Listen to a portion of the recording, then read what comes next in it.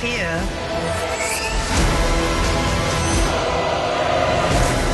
that the path you've chosen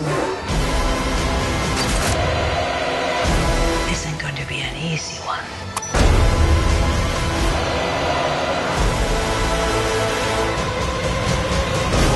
The battle has begun, Matthew. And if you get in my way, I'm gonna kill you too.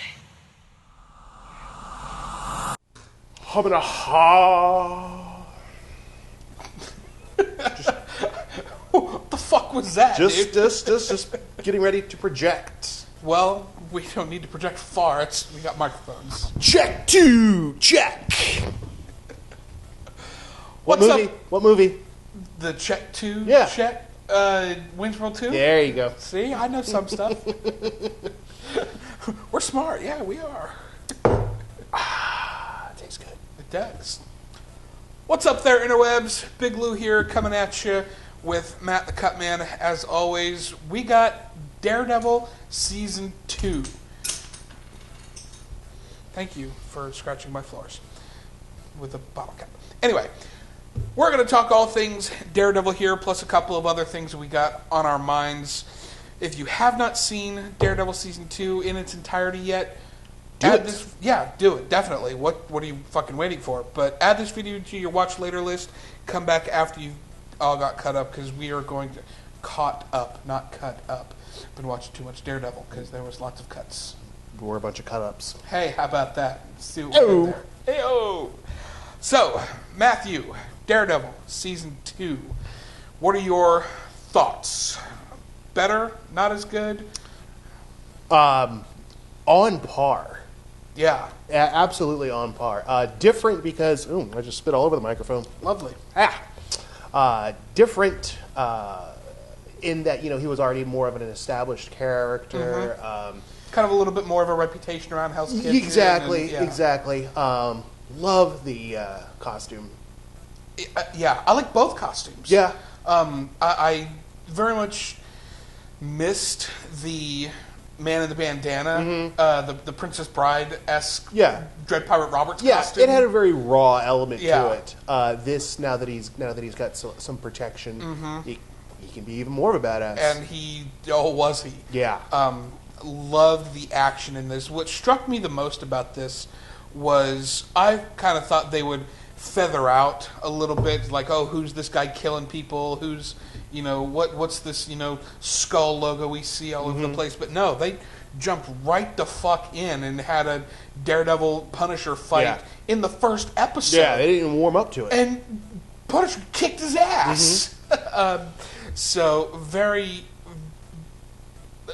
pleasantly surprised with the pace at which this episode got right into the first. Yeah, it got into it, but then it was able to wrap up a storyline, and then start another. Yeah. Which I know we talked about it a little bit earlier. Yeah. Which you were not the biggest fan of. Would that be fair to say? Of what? Of having there be really separate storylines.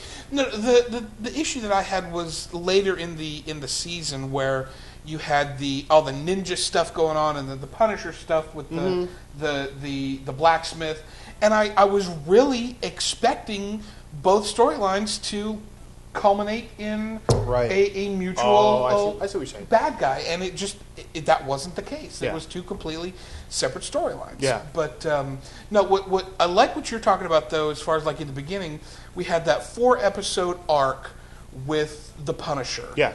Ending in what I'm assuming will win John Bernthal an Emmy Award for the graveyard scene at the end of that 4th episode. Oh, man. Oh, my God. You want to talk about just...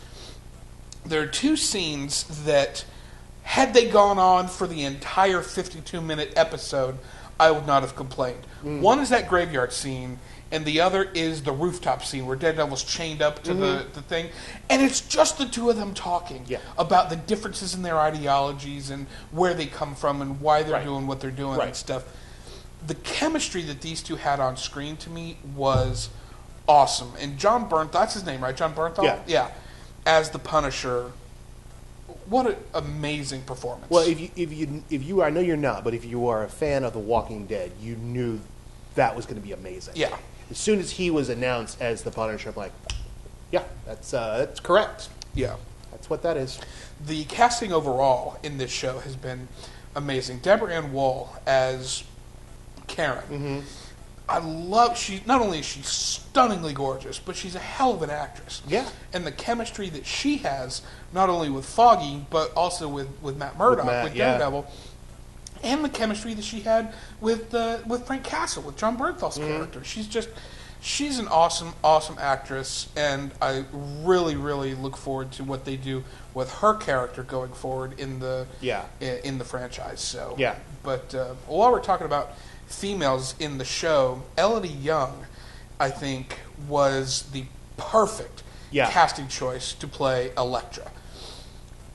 I've never seen her in anything else. I don't know what else she's done. The only other thing I think that she's done was one of the G.I. Joe movies. Oh, that's right. Yeah. I do remember that now. And the acting was just not a standout. She was more of an action character. Yeah. I think she maybe said 3 words in the thing. Yeah.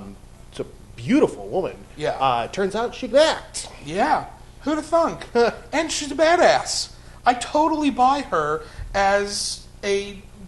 Elektra Nachios? Yes. Yeah. Yeah. However you say it. Nachios. Yeah. But... Nacho cheese. Yeah. It's my cheese. It's my cheese. You can't have no cheese. So, but yeah, and the action in this ramped up from last season. I loved all of the fight scenes, the choreography. The hallway fight in episode 3? The hallway, do that spilled hallway downstairs. scene into the stairwell. It was fucking amazing. It was so good.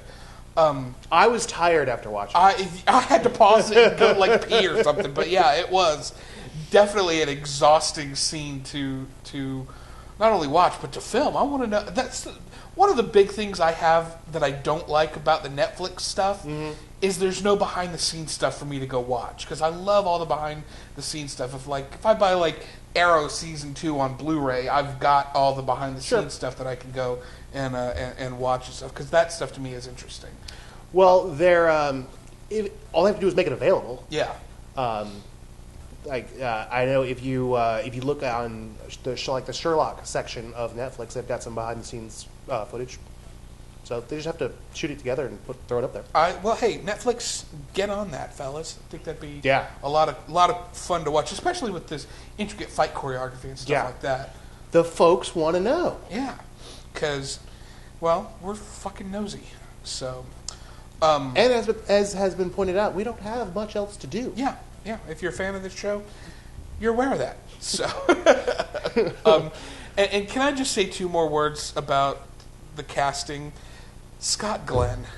Yeah. I love Scott Glenn. Stick to me is one of my favorite characters in this show, because he's so fucking unpredictable. Yeah. You don't know what the hell he's going to do. And I mean, there's just something cool about old crotchety guys that can kick your ass. Yeah. Have you seen El Torino or Gran Torino? Yeah. Again, old crotchety guy that... I mean, if there's anybody that's going to beat up a gang of hoodlum gangbangers... It's going to be Clint Eastwood. It's going to be Clint Eastwood. So, not to go off on a Gran Torino tangent there, but yeah, I love the use of flashback in this series. The scenes where we see them younger and in college and stuff, and then when she was a kid and learn about, she's the hand, or she's the black sky weapon of the hand, or she's whatever. Yeah, she's the Neo. Mm-hmm. So it'll be very, very much looking forward to where this storyline is going once we get through the rest of the rest of what? Other Netflix series, the Luke Cage, the Iron Fist, and the Defenders, and all like that. Then so some more Jessica Jones. Yeah, Jessica Jones season 2 is in pre-production. So I'm becoming more and more a huge proponent that the Netflix shows are some of the most well-produced shows available. Not on TV, but available. Well, you know what they did? They found some of the best people, and they said, look, we're a tech company. We have no idea. We started out mailing people used DVDs. Yeah. you guys know what you're doing, so we're going to give you this money. Here you go. And you go do your thing. Yeah. You write it, you produce it, and you film it, and then let's go. And we'll distribute it. Yeah. Yeah. And so there was not this studio hand involved, these suits that don't know what they're doing. Yeah. And thought, oh, well, the kids will love this. Let's throw in a love scene between these. No, the story doesn't call for it. There was a great... That was very Jerry Seinfeld of you, by the way. No, don't do that. You don't need that. No good.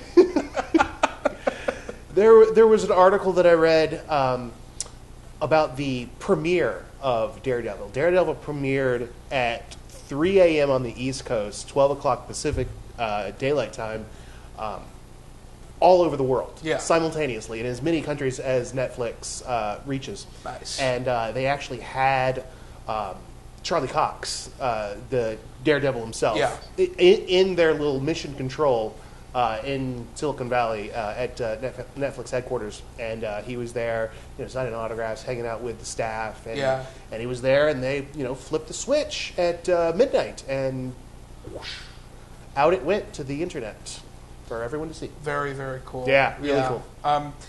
Very much looking forward, not only to the rest of the Marvel Netflix stuff, but also to delve deeper into other Netflix shows. Yeah. Like, I know you keep telling me that I need to watch House of Cards. House of Cards. I actually, small confession, I actually was halfway through House of Cards, and I'm like, I gotta watch Daredevil. There you go.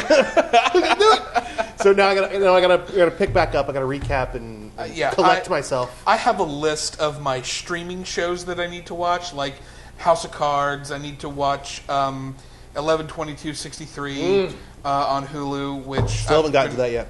I've heard amazing things about it, and the cool thing that Hulu's doing is they're, instead of like Netflix dumping it all out at once to watch, they're dropping one per week. Yeah, that's true. So I think that's a neat little twist that they're doing. I think they should do that. That should be the rule for like comedies, because I don't think you can binge watch comedies at the same way you can binge watch action. There are some that I've binge watched comedies. Like when I first got into The Big Bang Theory, I was 2 or 3 seasons behind. Oh, okay. So I watched like the first 4 seasons of The Big Bang Theory in like 2 days. And by the end of it, I felt like I had been kicked out of a club because I didn't have any more episodes to watch. But there is, to me, something to be said for the waiting, the anticipation of waiting for the next episode. As much as I love binging, I think that it builds excitement for the show when you have to wait to see what's happening next. So it's plus and minuses on both sides. So, but so Daredevil definitely. What would you, if you were to score this season as a season overall, what would you score this season? Oh, it's a 9.5. Yeah, it's absolutely up there. I would put this season of Daredevil on par with some of what I consider to be the greatest single seasons of television ever, like Dexter season 4. Yeah. Which was the John Lithgow season, for those of you who don't know which season that was. And if you haven't seen Dexter, what the fuck is wrong with you? Watch Dexter. Seriously. It's an amazing show. So that's I also 9.5 for this season of Daredevil. Very much looking forward to what comes next. Yeah. So, well, folks, that's going to wrap up this little video for our review of Daredevil Season 2.